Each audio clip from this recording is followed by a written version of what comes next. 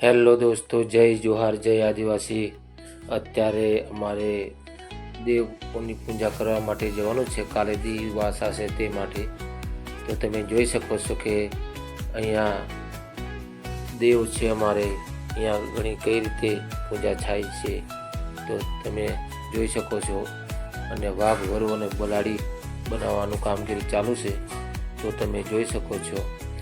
અને જાંબલી ગામમાં કાલે દિવાસો છે તે માટે અને આવી રીતે વાગણ દેવે વિધિ પૂજા થાય છે તો તમે જોઈ શકો છો કે બલાડીને દૂધ પાઈ દીધું છે અને અહીંયાથી એને મોકલવામાં આવશે। તમે જોઈ શકો છો। અને જમવાનું આપે અને અહીંયાથી એને પ્રસાદી બધું લઈને મોકલી દે છે। પછી અહીંયાથી જઈને સાઈડમાં જઈને એ બધું પ્રસાદી હોય એ ખાઈ અને પછી એ લોકો પછી આવે છે પાછા।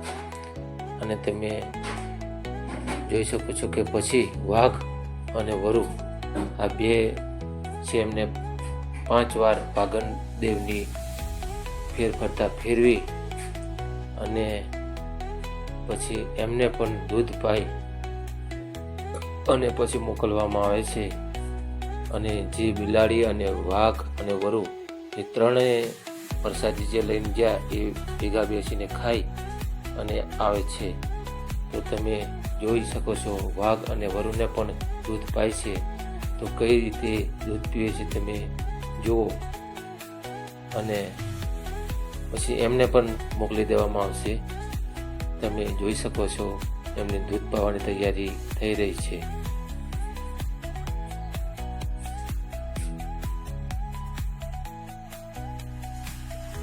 તો તમે પણ જોતા રહો આગળ વિડીયોમાં શું શું રીતિ રિવાજ કરે છે તો તમે જો વાઘ અને વરુ પણ દૂધ પીને જવાની તૈયારી કરી છે તો તમે જોઈ શકો છો। હવે અહીંયાથી ભાગીને જશે તમે જુઓ। आज हमारा जामली गाम ની અંદર દિવાસા આદિવાસીઓનો એટલે એક દિવાસાનો પર્વ છે અને હંમેશના માટે આદિવાસી વિસ્તારમાં દિવાસો એક પર્વ એવો છે કે જે ચોમાસું જ્યારે શરૂઆત થાય અને ચોમાસાની અંદર પ્રથમ જો પહેલો તહેવાર હોય તો દિવાસો હોય ને તે આદિવાસી વિસ્તારમાં આદિવાસીઓ એને બહુ ધામધૂમથી ઉજવતા હોય છે। તો આજે અમે દિવાસો ઉજવવા માટે આખા ગામના વડીલો યુવાનો અને બધા ભેગા થયા। અમારા પૂંજારા છે અને અમારા બળવા છે બધા સાથે મળીને દિવાસાની ઉજવણી કરી। એમાં પ્રકૃતિની જે પણ હોય રીત હોય છે એની પરંપરા હોય છે એ પ્રમાણે એમની પૂજા અર્ચના કરતા હોય અને પ્રકૃતિનો આભાર માનતા હોય। આટલો મસ્ત સરસ વરસાદ પડે અમારી ખેતીવાડી અને આ પ્રકૃતિમાં જે ધાન પાકે ઉગે છે એ સારું પાકે।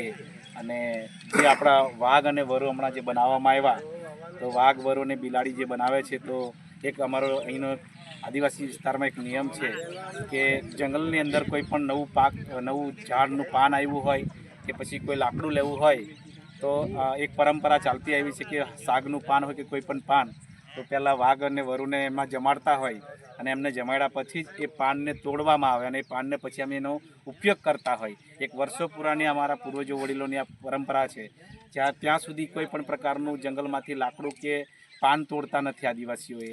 એની પૂજા અર્ચના કર્યા પછી જ એનું પાન તોડતા હોય। હમણાં પણ દૂધ પાવામાં આવ્યું તો સાગના પાનમાં એમનું દૂધ પાય છે પછી જ એને ઉપયોગ કરતા હોય। ને પહેલાં અત્યારે તો આપણી પાસે ઘણા બધા પતરાને એવું કરતા હોય છે પણ તે વખતે સાગના પાનના આપણે ઉપરથી એને સાપરી કે ઘરમાં ઉપયોગ કરતા હતા અને લાકડાનો પણ ઉપયોગ કરતા હતા। એક પરંપરા પ્રકૃતિ સાથે જોડાયેલી છે। સાથે સાથે જે પણ પાક હમણાં પાકતો હોય તો એ સારું વર્ષ આવે ત્યારે જ આ ધામધૂમથી ઉજવતા હોય। તો આજે આ વર્ષનો વરસાદ પણ સારો છે, ખેતી પણ બધાની સારી છે। આ બધું સારું પાકે અને એના માટે આખું ગામ ભેગું થઈ અને પૂર્વજો જે કરતા હતા એમ અમારા બળવા ભુવા સાથે મળી અને પૂજા અર્ચના કરી। આજે આ દેવ પૂંજીને આ ગામની અંદર એક બીજું એવું છે નિયમ કે એનું જે છાણ છે ઢોરનું એ પણ એનું લીપણ પણ ના કરતા હોય તો આજે અમારે આ ચોખ્ખું બાવું કરવામાં એક શબ્દ એવો વપરાય છે કે ચોખ્ખું બાવું કરવું। તો આજે ચોખ્ખું બાવું કર્યું એટલે આજે ઘરના જે પણ ઘરમાં બહેનો હશે એ બહેનો પોતાના ઘરે ચૂલો લીપી અને ચૂલાને લીપી અને એની પર આવતીકાલે તહેવારના ભાગરૂપે એમાં અલગ અલગ આદિવાસી વાનગીઓ બનાવતા હોય, ઢેબરા બનાવતા હોય એવું ખાવાનું બનાવી અને કાલે એનો તહેવાર મનાવે છે બીજા દિવસે. અને એ તહેવારની સાથે સાથે આદિવાસીઓના ગીતો ગાય, ગરબા ગાય અને એનો એક દિવાસાના પર્વની ઉજવણી કરતા હોય છે. એટલે ઘણી બધી પ્રકૃતિ સાથે અમારી સંસ્કૃતિ જોડાયેલી છે અને એની સાથે આ આદિવાસી તહેવાર એટલે દિવાસો ઉજવીએ છીએ અને આજે આપણે ઉજવી રહ્યા છીએ. આપ સૌ બધા જોયું અને આપ સૌનો આભાર. જોહાર, જય આદિવાસી.